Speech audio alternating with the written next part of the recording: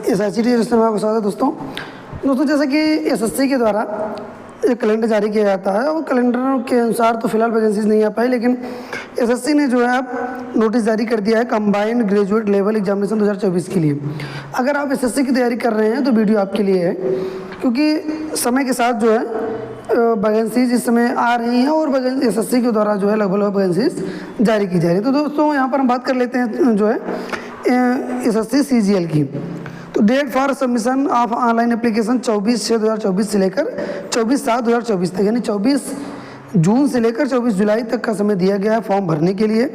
Last date and time for receipt of online application वो भी 24/7/2024 को 23 बजे तक, ध्यान रखिएगा इस चीज़ का कि 23 बजे तक है। और last date and time for making online payment 25 तारीख को, यानी एक दिन बाद तक आप पेमेंट कर सकते हैं। 25 जुलाई तक आप पेमेंट कर सकते हैं। Date of window for application form correction including online payment, अगर आप जो करेक्शन है, अगर कोई गलतियाँ करते हैं तो 10/8/2024 से लेकर 11/8/2024 तक आप यानी 10 और 11/8 को करेक्शन कर सकते हैं। ध्यान दीजिएगा दोस्तों, जैसे कि आप जानते हैं SSC ने अब जो है OTR सिस्टम लागू कर दिया है, तो OTR पर पहले आपको अपना अकाउंट बनाना पड़ेगा। जब आप OTR बना लेंगे तभी आप फॉर्म फिलअप कर पाएंगे। इसमें फ़ायदा यही है कि अगर आपने एक बार OTR बना लिया तो फिर बार बार आपको जो है OTR बनाना नहीं पड़ेगा। बस आप OTR पर लॉगिन करिए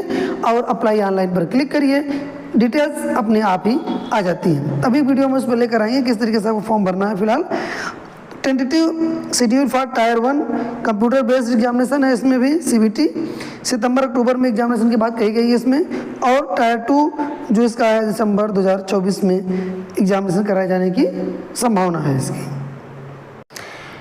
अगर हम पोस्ट की बात करें दोस्तों तो यहाँ पर पे लेवल 7 44,900 से लेकर जो अभी इसमें पे बैंड है 1,42,400 pay. Assistant officer central secret service में है। इसके अलावा असिस्टेंट ऑफिसर देखिए यहाँ पर कहाँ पर है, इसकी ग्रेड बी की वैकेंसी है यहाँ पर, और इसमें एज लिमिट भी 20 से 30 ईयर दी हुई है। 18 से 30 ईयर सबके लिए इन्होंने अलग अलग जो है एज लिमिट निर्धारित कर रखा है। तो आप यहाँ पर जो है इसके फुल नोटिफिकेशन जब चाहें तो स्क्रीनशॉट लेके या तो आप SSC की वेबसाइट से डाउनलोड करके भी निकाल सकते हैं। अगर हम टोटल वैकेंसी की बात करें यहाँ पर तो देखिए टोटल जो है 17,727 वैकेंसी टेंटेटिव है फिलहाल है, तो इसमें कहा गया है कि बाद में घट बढ़ भी सकती है जो वैकेंसी है। तो अभी इन्होंने जो है इतनी वैकेंसी दिया हुआ है, तो वैकेंसी काफ़ी है फिलहाल। हाँ, अगर उसमें देखा जाए तो एलिजिबिलिटी जो क्राइटेरिया है एज लिमिट की अगर हम बात कर लें तो इसमें एज की जो गणना की जाएगी दोस्तों 1/8/2024 से की जाएगी, मतलब 1/8/2024 से इसकी गणना होनी है। तो इसलिए ध्यान रखिएगा for the post of for which age limit is 18 से 27 ईयर, जिसमें अगर एज लिमिट है अगर उसमें तो मस्ट है बीन बॉर्न नॉट मतलब 2/8/1997 से लेकर 1/8/2006 के बीच में पैदा होंगे, यानी जिसमें किसमें 18 से 27 साल इसमें मांगा गया है। अगर हम बात करें 20 से 30 ईयर जिसमें मांगा गया है तो उसमें 2/8/1994 से लेकर 1/8/2004 के बीच में। अगर हम बात करें जिसमें 18 से 30 साल मांगा गया है तो उसमें 2/8/94 से 1/8/2006 के बीच में पैदा होना चाहिए, यानी डेट ऑफ बर्थ होनी चाहिए। 18 से 32 जिसमें मांगा गया है उसमें 2/8/92 से लेकर 1/8/2006 तक के लिए मांगा गया है। जो एज रिलैक्सेशन है SC ST को 5 साल, OBC को 3 साल, PWD को 10 साल, एक सर्विसमैन को भी छूट है। यहाँ पर देख सकते हैं आप दोस्तों। अगर हम क्वालिफिकेशन की हम बात करें यहाँ पर जो है तो देखिए 1/8/2024 को उन्होंने कहा है कि आपके पास क्वालिफिकेशन होना चाहिए जूनियर स्टैटिस्टिकल ऑफिसर में bachelor degree in any subject from एक रिकॉग्नाइज्ड यूनिवर्सिटी और institute at least 60% marks in mathematics eight 12th standard level, यानी अगर जूनियर स्टैटिस्टिकल ऑफिसर की हम बात करें तो वहाँ पर इन्होंने मांगा 60% मार्क्स होना चाहिए 12th में, किसमें, मैथ में। अगर इतना नहीं है तो आप नहीं पढ़ सकते हैं। Bachelor degree in any subject with statics as one of the subject at degree level, अगर वह ऊपर वाला नहीं है तो आप अगर बैचलर डिग्री आपके पास है और उसमें स्टैटिक्स एक सब्जेक्ट है तब भी आप भर सकते हैं।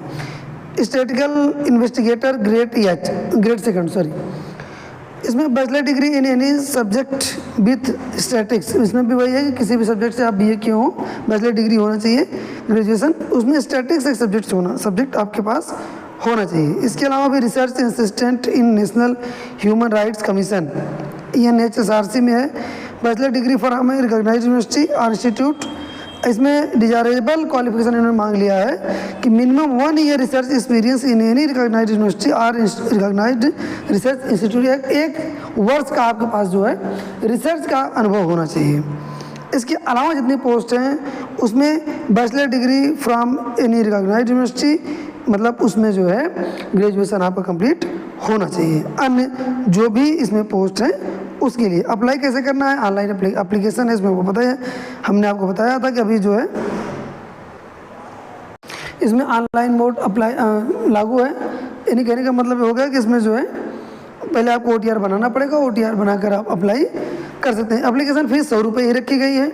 जैसे कि आप जानते हैं women candidates and candidates belonging to schedule यानी SC ST PWD इन सबको फीस से छूट दी गई है। Online fee can be paid by candidate 25/7/2024 तक। दोस्तों अगर हम एग्जामिनेशन सेंटर की बात करें तो पूरे इंडिया में सेंटर बनता है रीजन वाइज, सेंट्रल रीजन है, अन्य रीजन्स हैं, तो रीजन वाइज इनका जो है सेंटर बनता है, तो रीजन वाइज आप अपना सेंटर भी ले सकते हैं। लगभग हर इनके जो है हर शहर में सेंटर बनते हैं, कोई भी शहर ऐसा नहीं है जहाँ पर सेंटर ना। जैसे कि आप जानते हैं इसमें 2 टायर में परीक्षा होती है, टायर 1 और टायर 2। तो टायर 1 और टायर 2 दोनों परीक्षा आपको पास करनी ही है। टायर 1 में general intelligence and reasoning 25 question होंगे 50 नंबर के। जनरल अवेयरनेस GS जो है 25 क्वेश्चन होंगे 50 नंबर के। क्वांटिटेटिव एप्टीट्यूड का होगा 25 क्वेश्चन होंगे 50 नंबर के। इंग्लिश कंप्रीहेंशन इसमें होगा, तो कंप्रीहेंशन के जो है 25 क्वेश्चन होंगे 50 नंबर के। 1 आवर का परीक्षा होगी।